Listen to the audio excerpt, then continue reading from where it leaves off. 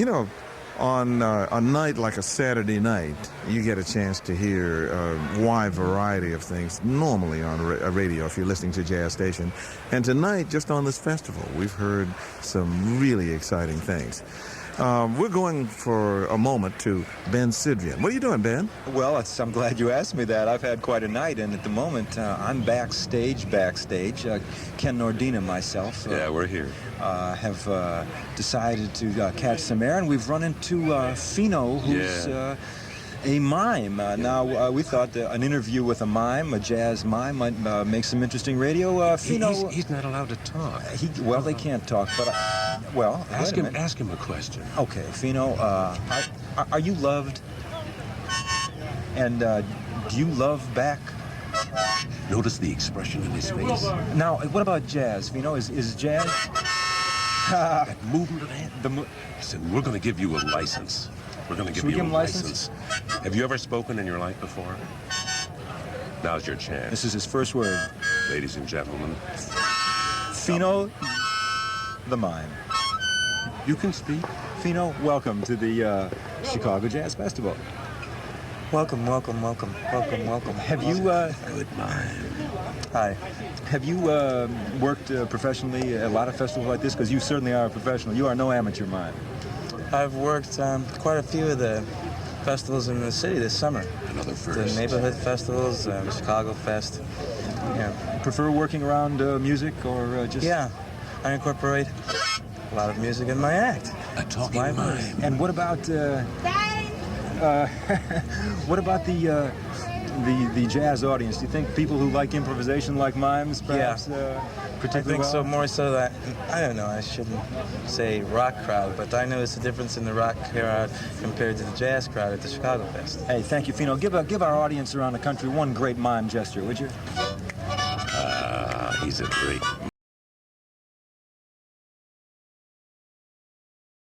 It's a swinging mime, isn't it? All right. Well, I have a couple of people here who can tell us a little about the festival that we've been enjoying so much. The festival actually started on September 1, which was Tuesday, and the weather has been not as cooperative as it should. George Smink, what about that? Well, you're right, Billy. Tuesday night we were rained out, and we tried to reschedule all the groups. Unfortunately, we were able to do so, so we've been able to add them to various nights of the remaining 6 nights. So the musicians didn't blow the gig. They really can't. They got to play it at any rate. That's right. I just wanted to say, Billy, that we're really glad that NPR is here again this year, and that you came back to Chicago to bring the festival to the entire country. We're really happy you're in town again.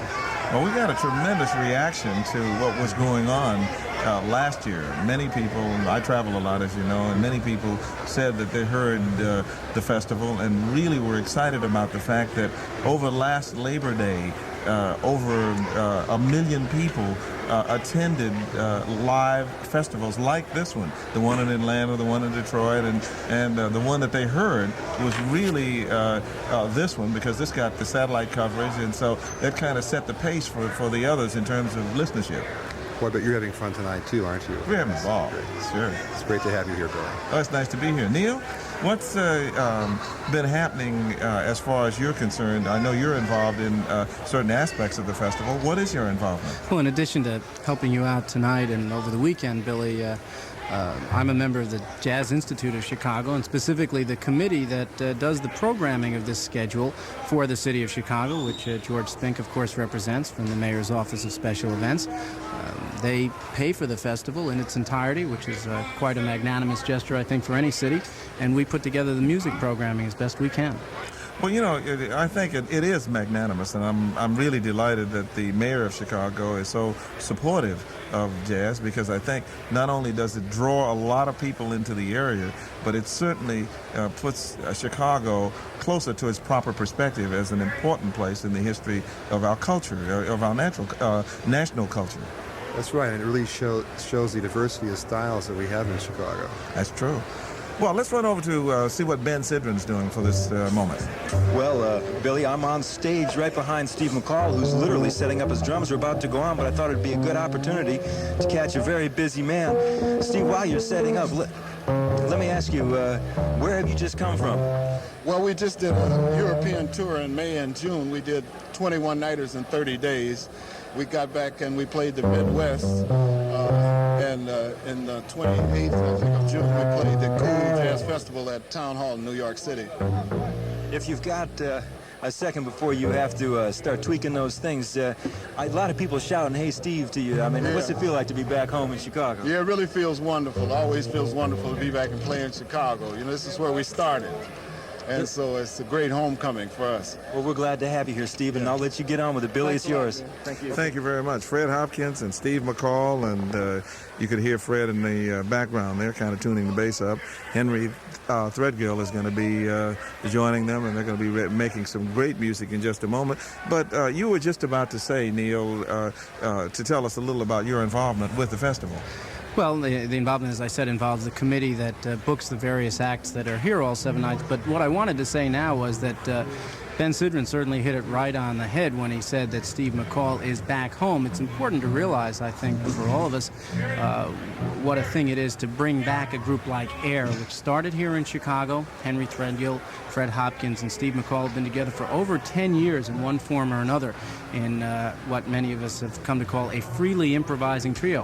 How else to describe, as the listeners will hear, the music we're about to hear? It doesn't take a label or a category very easily. And as such, I think that it's a very good representative and has become such in the minds of many people throughout the world of the Association for the Advancement of Creative Musicians, the AACM, which since 1965, when it was chartered here in Chicago, has been a powerful force for the advent and growth of the new music, sometimes called the avant-garde, called by the musicians themselves great black music. That's been very important. That's what I think Chicago is known for throughout the world when it comes to jazz these days, in the modern era. George, in terms of your involvement with this kind of presentation, I agree with Neil that this is one of the things that Chicago is justifiably proud of and certainly famous for. And you're involved in this also from the mayor's office. That's right, as a liaison with the Jazz Institute, and also working a lot with musicians to wrap up a lot of the details. And it is a great relationship we have with the Institute, because they're the ones who are really qualified to select the entertainment.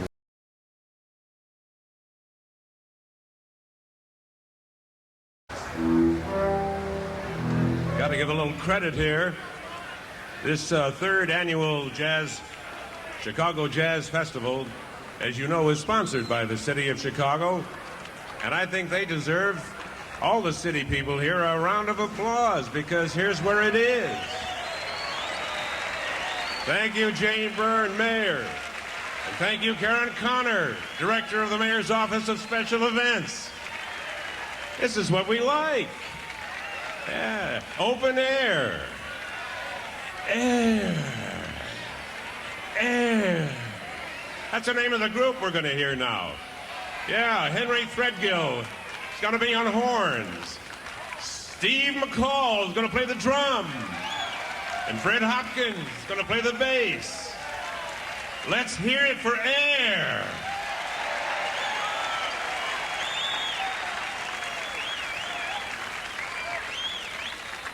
Thank you very much for a very warm reception.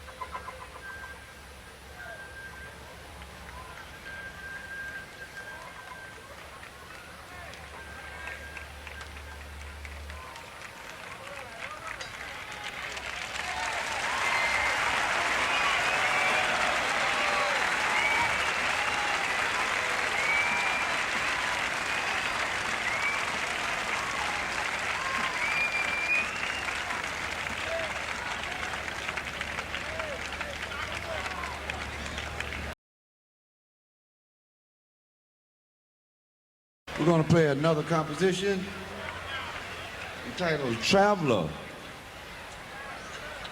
This is dedicated to you all since you traveled down here.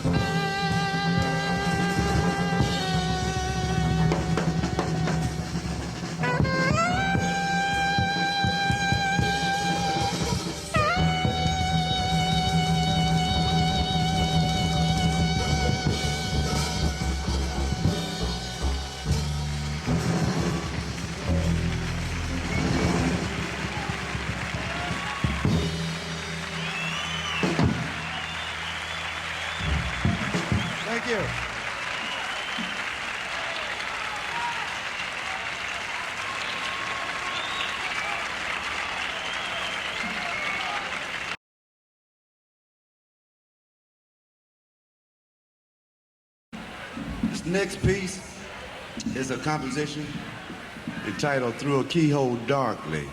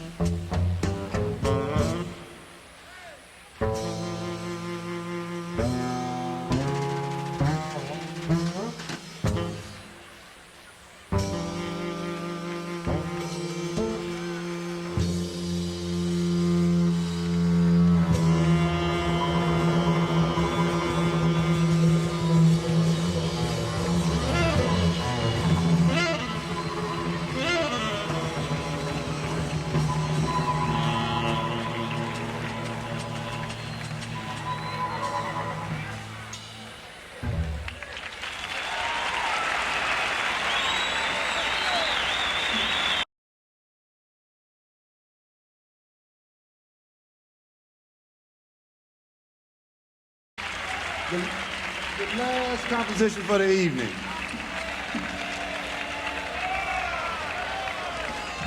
One more piece we have for you tonight, composition by Scott Joplin.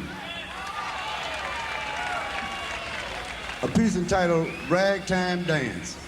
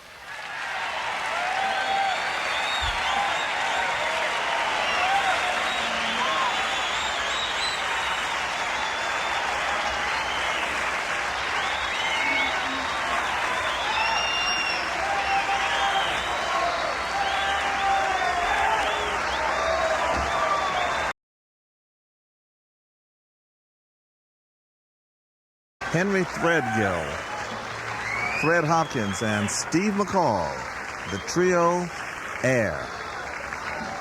We're going to allow our stations to do something very special, since I haven't said that all night. You're listening to Jazz Alive's exclusive coverage of the 1981 Chicago Jazz Festival, coming to you live from Chicago's Grant Park.